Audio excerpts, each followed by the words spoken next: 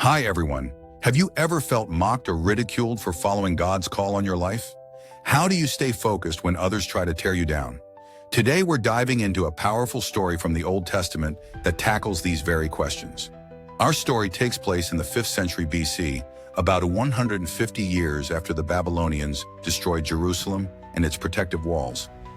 Many Jews had returned from exile, but the city remained vulnerable.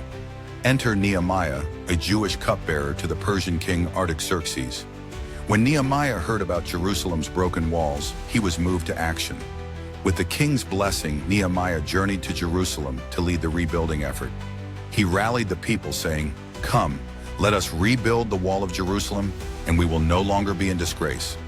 The people responded with enthusiasm, "Let us start rebuilding."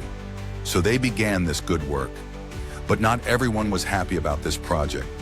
Enter Sanballat the Horonite, Tobiah the Ammonite, and Geshem the Arab. These neighboring officials saw the rebuilding as a threat to their power and influence. They couldn't stand the idea of a strong, fortified Jerusalem. Sanballat, the ringleader of this opposition, began his campaign of mockery. The Bible tells us in Nehemiah 4:1-3, "When Sanballat heard that we were rebuilding the wall, he became angry and was greatly incensed. He ridiculed the Jews, and in the presence of his associates in the army of Samaria, he said, 'What are those feeble Jews doing? Will they restore their wall? Will they offer sacrifices? Will they finish in a day? Can they bring the stones back to life from those heaps of rubble, burned as they are?'" Imagine the sting of those words. Sanballat called them feeble, questioned their ability to complete the task, and even mocked their faith. He didn't stop there. Tobiah chimed in, saying, "What they are building, even a fox climbing up on it would break down their wall of stones." How did Nehemiah respond to this ridicule? Did he give up? Did he lash out in anger? No. Nehemiah turned to God in prayer. He said, "Hear us, our God, for we are despised. Turn their insults back on their own heads." Nehemiah's response teaches us a crucial lesson. When faced with opposition, our first recourse should be prayer.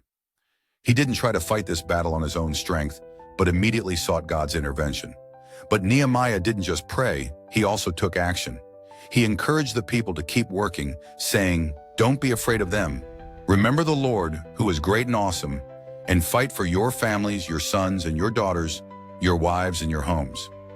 The people responded with renewed determination.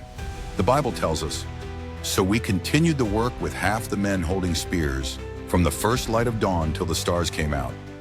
They worked with one hand and held a weapon in the other, ready to defend their work if necessary. As the walls began to take shape, Sanballat and his cohorts grew even more furious. They plotted to attack Jerusalem and stir up trouble. But Nehemiah remained vigilant.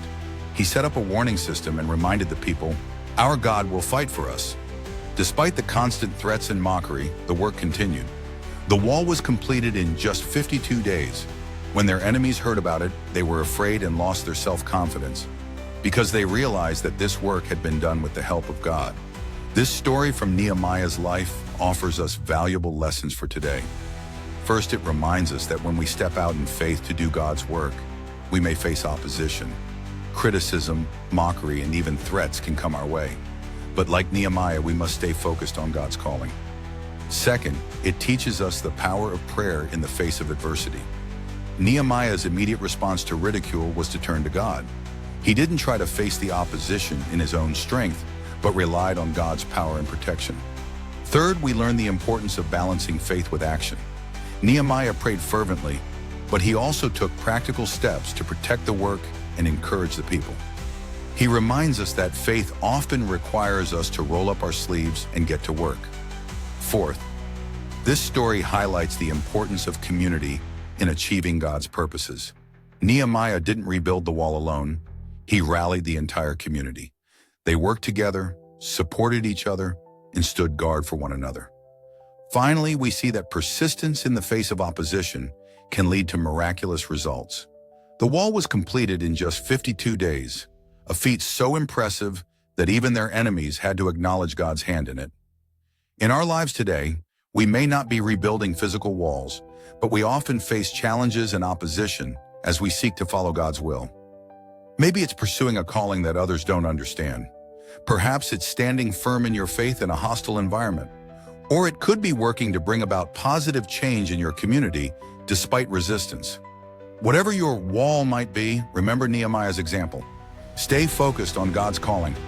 Don't let the Sanballats of this world discourage you with their mockery. Instead, turn to God in prayer. Take action with wisdom, rally your community, and persist in the face of opposition. Remember, as it says in Philippians 1:6, being confident of this, that he who began a good work in you will carry it on to completion until the day of Christ Jesus. God is faithful, and he will give you the strength to complete the work he has called you to do, no matter what obstacles you face. So the next time you face ridicule or opposition for following God's call, stand firm.